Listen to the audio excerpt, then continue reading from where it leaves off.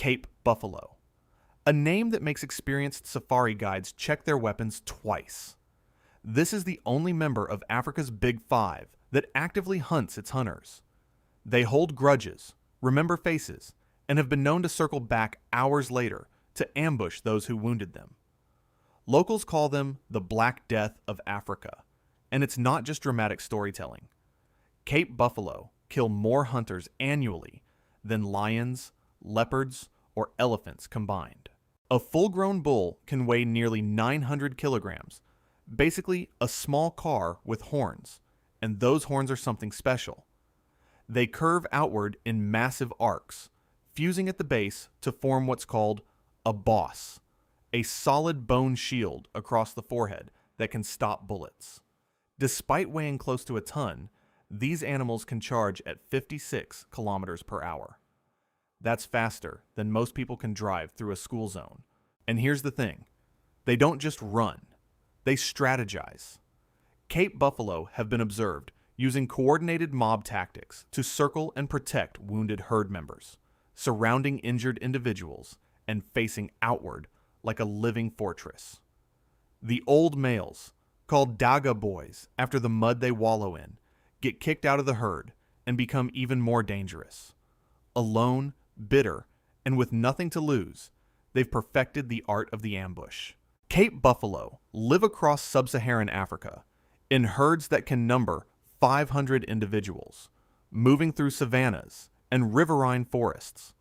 They'll stand completely still, staring at threats with what guides call the death stare, deciding whether you're worth the effort of killing. Habitat loss and disease from domestic cattle have reduced their range, and poaching for trophy horns continues despite protection efforts.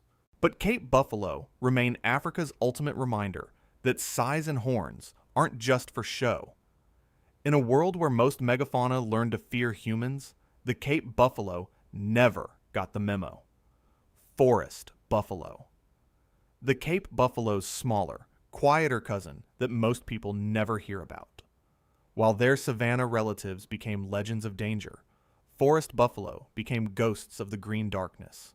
They live in the dense rainforests of Central and West Africa, mainly the Congo Basin, and seeing one is considered rare luck even for researchers who've spent years in their habitat. These buffalo are roughly half the size of Cape buffalo, weighing between 250 and 320 kilograms, with a reddish-brown coat instead of the intimidating black. Their horns are more delicate, lacking that heavy boss formation, and they move in much smaller groups, usually just 3 to 20 individuals compared to the hundreds you'll see on the savanna. Forest buffalo are selective browsers, carefully choosing leaves, shoots, and forest grasses, navigating the thick vegetation with extraordinary hearing that compensates for limited visibility. They can move silently through dense undergrowth in a way that seems impossible for an animal that size. It's like watching a 300-kilogram shadow slip between trees without snapping a single branch. Most are more nocturnal than their Cape cousins, emerging at dusk to feed and disappearing by dawn. They're less aggressive toward humans, but will absolutely defend themselves when cornered. And in tight forest quarters, that's a terrifying prospect. The real tragedy is that forest buffalo exist in one of the least protected ecosystems on Earth. Rainforest destruction from logging, mining, and agricultural expansion happens at catastrophic rates, and because these animals are so hard to study in dense habitat, population estimates are highly uncertain.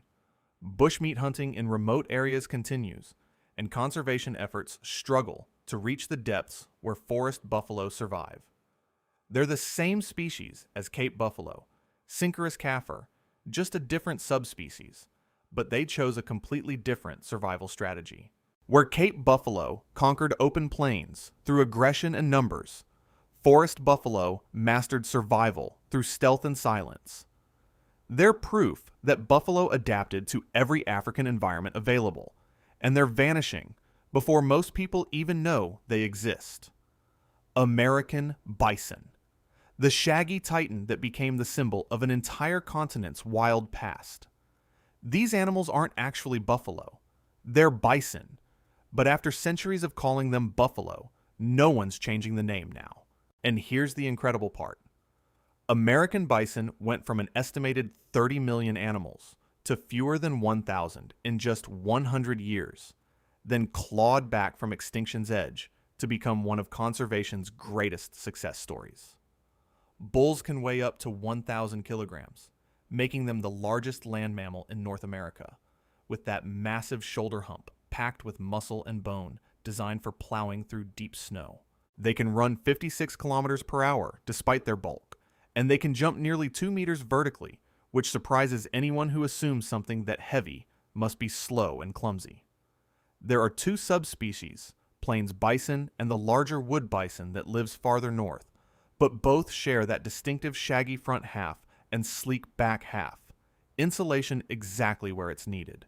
Historically, bison ranged from Alaska to Mexico, coast to coast, shaping the entire ecology of the Great Plains. Their wallowing behavior created essential microhabitats for other species, and their snow plowing with those massive heads opened up grazing access for pronghorn, elk, and other animals that couldn't dig through ice-crusted snow. During the rut, bulls produce bellowing sounds that carry for miles, a sound that once defined the American frontier. Today, there are around 500,000 bison, which sounds impressive until you realize most live in commercial herds raised for meat. Only about 20,000 exist in conservation herds managed for ecological purposes. The bigger problem is that most bison carry cattle genes from historic crossbreeding attempts.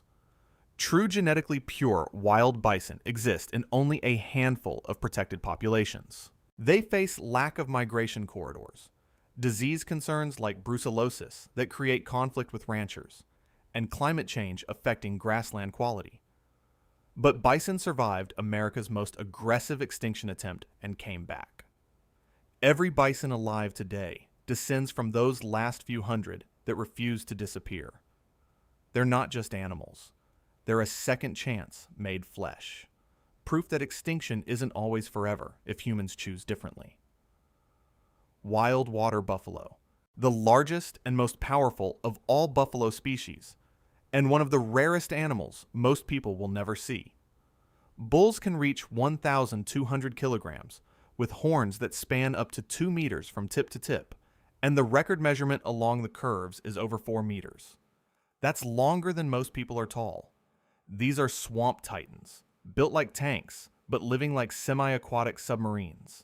Their bodies evolved for life in water, with wide splayed hooves that spread out like snowshoes in deep mud, making them incredibly stable in wetlands, where other large animals would sink and struggle. Wild water buffalo live in India, Nepal, Bhutan, and Thailand, always near rivers, marshes, and floodplains. They have gray-black skin with sparse hair and distinctive white markings on their lower legs that look like they're wearing socks. And here's the heartbreaking truth. Fewer than 4,000 pure wild water buffalo remain on Earth. They're critically endangered, vanishing while their domestic descendants number over 200 million worldwide. Wild water buffalo spend enormous amounts of time in water, grazing on aquatic vegetation while half submerged, using the water for thermoregulation in extreme heat. They can stay submerged with only their nostrils above the surface for extended periods, which makes them incredibly difficult to study. During the rut, bulls engage in spectacular horn-clashing battles, the sound echoing across wetlands like thunder. They're extremely wary of humans, a learned fear after centuries of hunting, and they're most active during cooler dawn and dusk hours. The biggest threat to wild water buffalo isn't hunting anymore. It's something more insidious.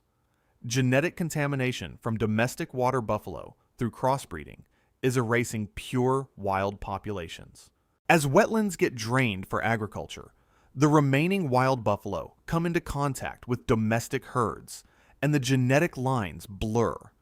Many populations labeled as wild are actually feral domestic buffalo. True wild water buffalo may already be functionally extinct in some countries.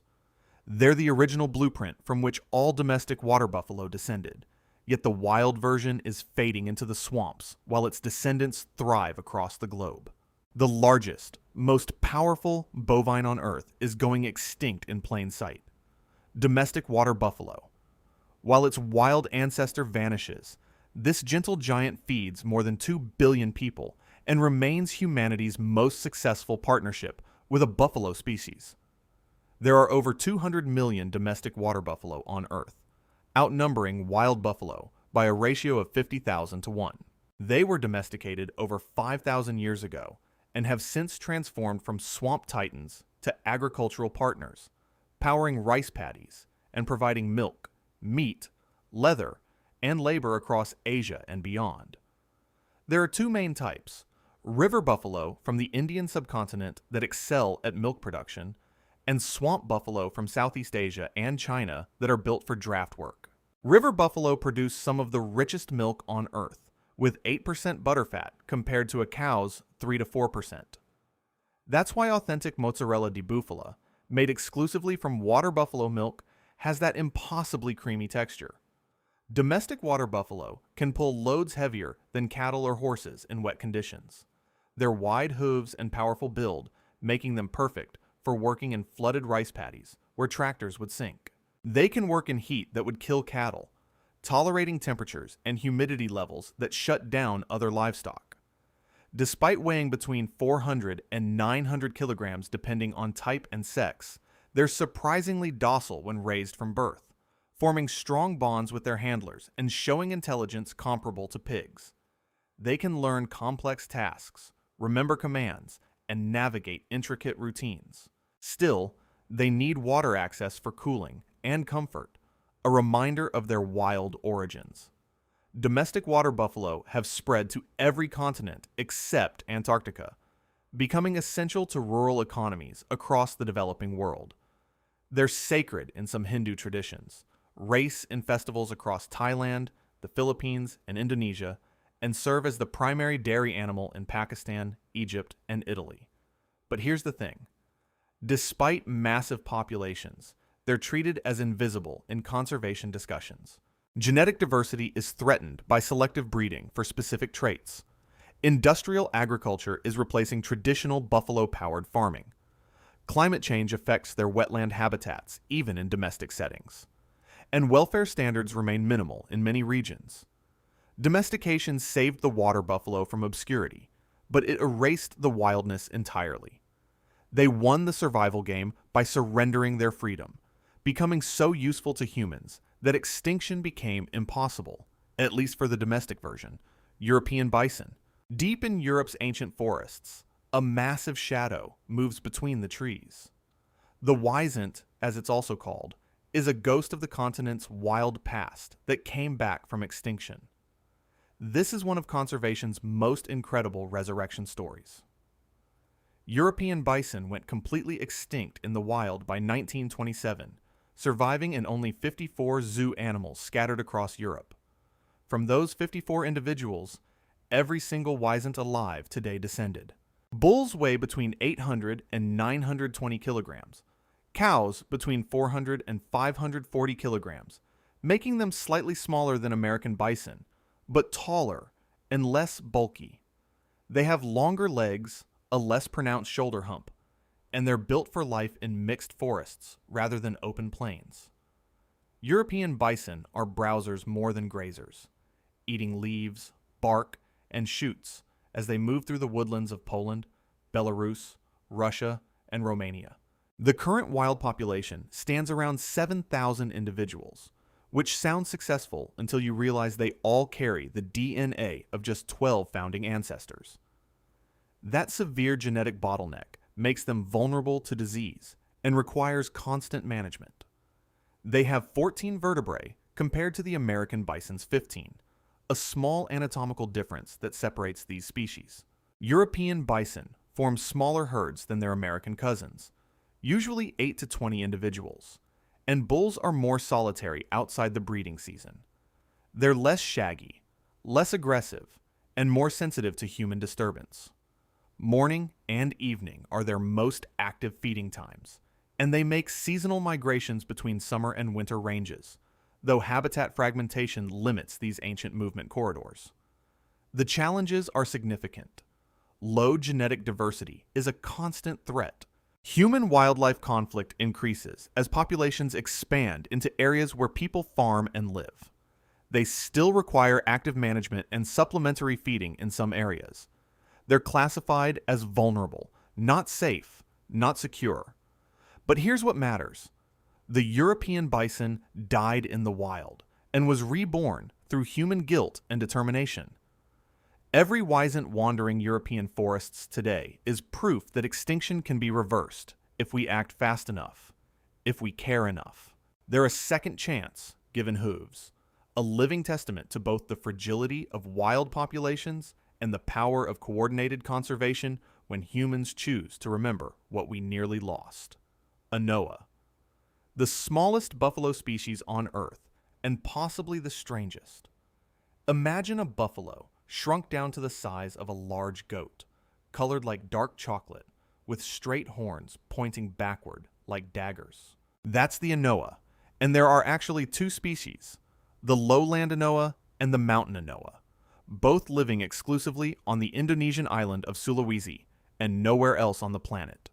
They weigh between 150 and 300 kilograms, standing just 70 to 110 centimeters tall at the shoulder. That's smaller than most deer, a fraction of what we think of when we picture buffalo.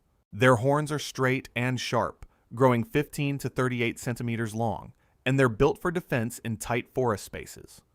Lowland anoa live in swamps and lowland forests, while mountain anoa inhabit the highlands above 1,000 meters, sporting a thicker, woolly coat for cooler temperatures. Both species are dark brown to black, sometimes with white markings on their heads and legs that make them look painted. And here's the thing, they're not herd animals. Anoa are solitary or travel in pairs, completely abandoning the social structure that defines almost every other buffalo species. They're shy, secretive, mostly nocturnal, and incredibly difficult to study. Researchers rely on camera traps because actually seeing an anoa in the wild is extraordinarily rare. Despite their small size, they're excellent swimmers and retain the mud-wallowing behavior of their larger relatives.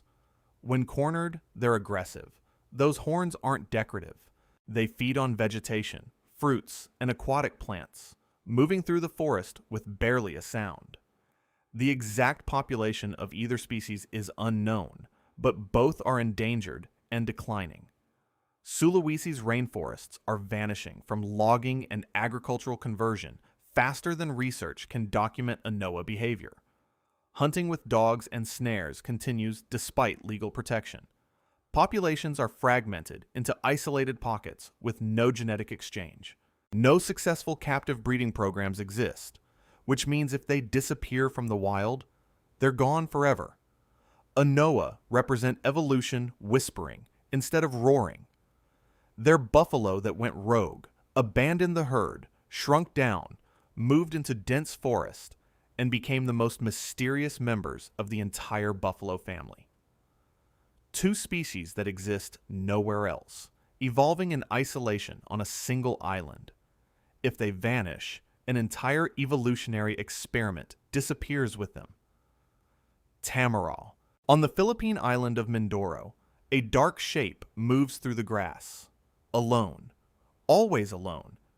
The tamar is the world's rarest buffalo, fighting extinction one day at a time. They're smaller than most buffalo, weighing between 180 and 300 kilograms, and standing about 100 to 105 centimeters at the shoulder. They have thick V-shaped horns that grow upward and backward, a dark gray to black coat, and a stocky, muscular build that makes them look compressed, like a buffalo designed for tight mountain spaces. And here's what makes them truly unique. Tamar are strictly solitary. They don't form herds. They don't travel in groups. They live completely alone except for brief mating encounters. It's the most extreme rejection of social behavior in the entire buffalo family. Adults maintain territories, mark boundaries with dung piles, and aggressively chase off other tamar that wander too close. They're endemic to Mindoro Island in the Philippines, found nowhere else on Earth, and they're a national symbol of the country. The population once numbered over 10,000 in the early 1900s. Today, fewer than 600 individuals remain. That's not an estimate. That's the entire species. Critically endangered doesn't quite capture the urgency. Every single tamar counts. They graze in open grasslands and forest edges, most active during early morning and late afternoon. They're shy around humans, retreating into thick vegetation when disturbed, and raising single calves that stay with their mothers before eventually going off alone. Habitat loss from agriculture and human settlement carved up their range. Cattle diseases transmitted to wild tamar killed many. Poaching, though reduced, still happens. The entire species is now confined to 2 small mountain areas on a single island.